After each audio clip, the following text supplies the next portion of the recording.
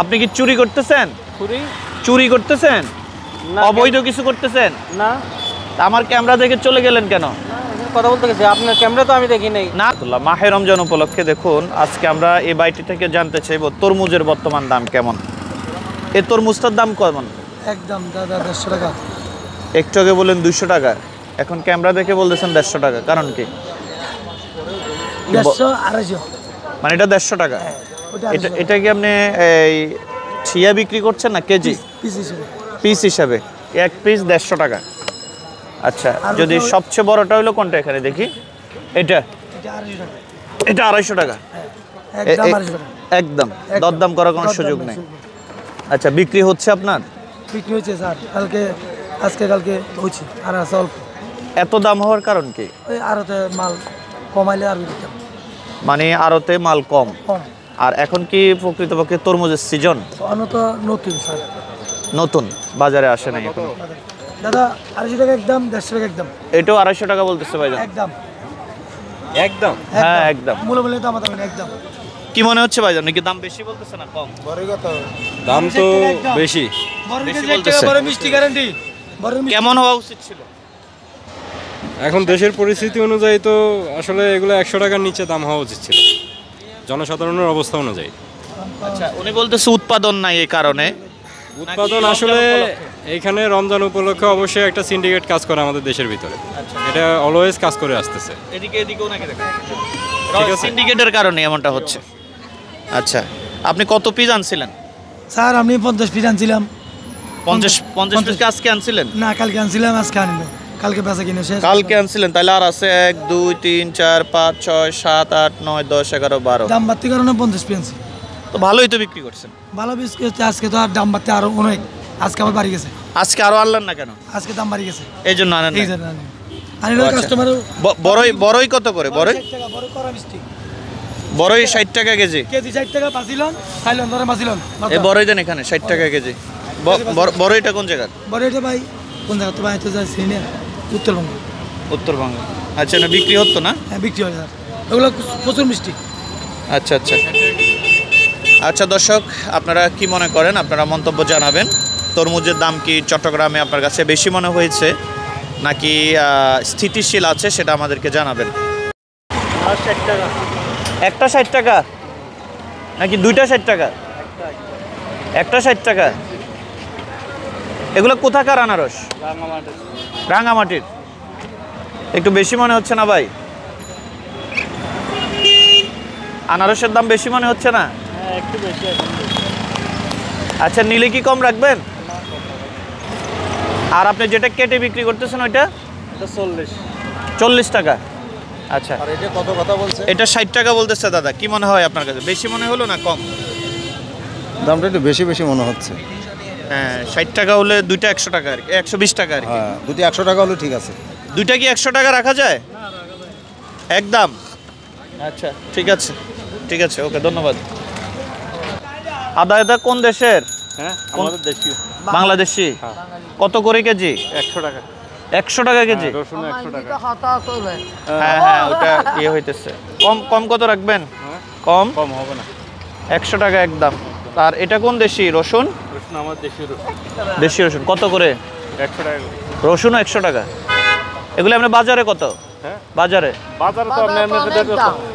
তো আপনার দোকানে গেলে তো আরো বেশি ছাড়ে। আমরা তো আপনার ব্যান গাড়িতে নিচে অল্প লাভে আমরা বিক্রি করি। চাইনাটা তো মনে করেন 220 টাকা, 220 টাকা, 230 টাকা, 240 টাকা নেয় চাইনাটা। আমাদের দেশি। আপনার কি মনে হলো রমজান উপলক্ষে কি দাম বাড়ছে না কম? হ্যাঁ, দাম আমাদের দেশীয়টা কম আছে, বাইরেরটা বেশি। আচ্ছা আচ্ছা, আসলে আমরা স্ট্রবেরিটা একটু দেখাই। স্ট্রবেরি কি অবস্থা, কেমন আছেন? স্ট্রবেরিটা কোন দেশের? কোন দেশের স্ট্রবেরি? বাংলাদেশের। কত কেজি? কত এটা? 400 টাকা। 400 টাকা কেজি। আচ্ছা, আর এটা এটা একদম 250 টাকা। এগুলো তো একটু ছোট সাইজের দেখা যাইতেছে।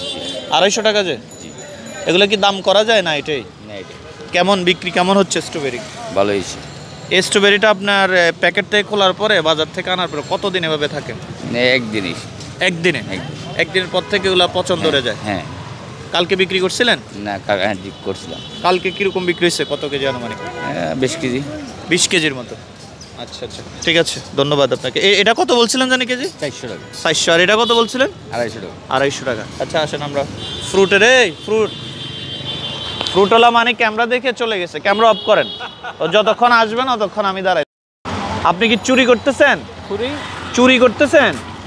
অবৈধ কিছু করতেছেন? না, আমার ক্যামেরা দেখে চলে গেলেন কেন? কথা বলতে গেছি, আপনার ক্যামেরা তো আমি দেখি নাই। না না না, আপনি দেখছেন, ক্যামেরা অফ করছি আর আবার আসছেন। ক্যামেরা লোক আমার লোক কি? এটা কি?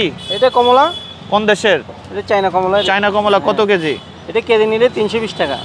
একদম কত? একদম 300। আচ্ছা, মাহে রমজান উপলক্ষে বেশি নিচ্ছেন না তো? না না, এটা মালটা কত? মালটা 280। রমজানের আগে কত ছিল?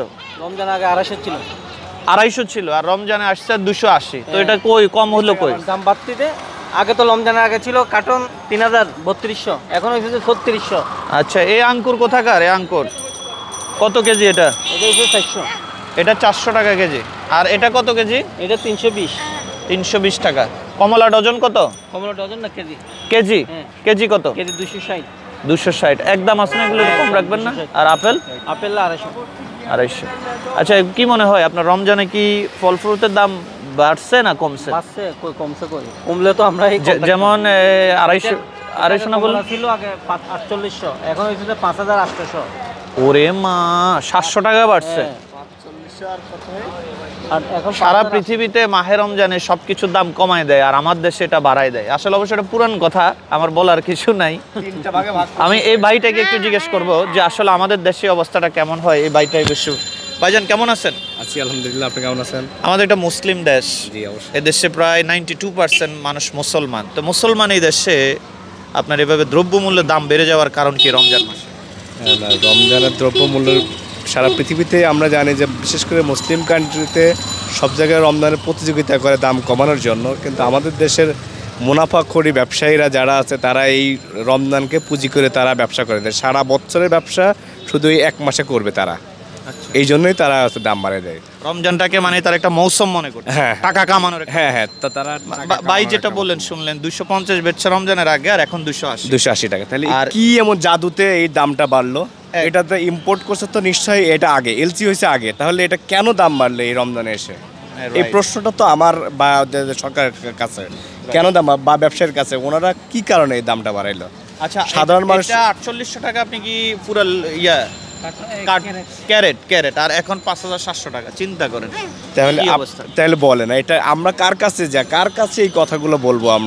আমরা সাধারণ যে একদম সাধারণ ক্রেতা যে একটা জিনিস কিনে খাবে, বা একটা মধ্যবিত্ত বা নিম্ন মধ্যবিত্ত পরিবারের একটা অসুস্থ মানুষের জন্য একটা ফল কিনবে, কেনার মতো কোনো সিচুয়েশনে নাই।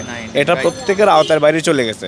এরা যারা সুদখোর ঘুষখোর তাদের জন্য এই ফল এখন, কারণ তাদের তো টাকা পয়সার অভাব নাই, অগাধ টাকা পয়সা তাদের, অবৈধ ইনকাম আর কি। এরা যদি মনে করেন 1 কার্টন 1 কেজি 10,000 টাকা হয়, ওদের কাছে কোনো সমস্যা নেই, কিন্তু আমার কাছে এই 1 কেজি 200 টাকা হলো অনেক দাম, বেশি দাম। আচ্ছা, ঠিক আছে, থ্যাংক ইউ। খেজুর তো মাশাআল্লাহ মানুষ কিনতেছে দেখা যাচ্ছে। এটা কি নাম খেজুরটার? মিশরি মেজুদ। কত? এটা 1180। 1180 টাকা কেজি না ভাই?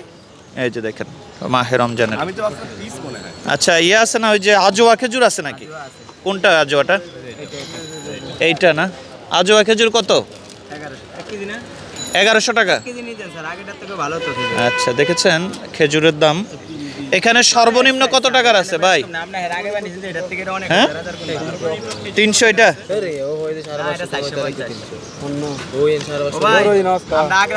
মানে 20-50 টাকা বেশি লাভ করা লাগবে। আপনি আবার উল্টা ভাবিয়েন না। না, সর্বনিম্ন কোনটা আছে? সর্বনিম্ন ওইটা 450 টাকা। এটা 450। আর উল্টা করে আর ফসে দিয়েন না। না, সমস্যা নাই। আপনি ন্যায্যভাবে ব্যবসা করবেন, কোনো সমস্যা হবে না।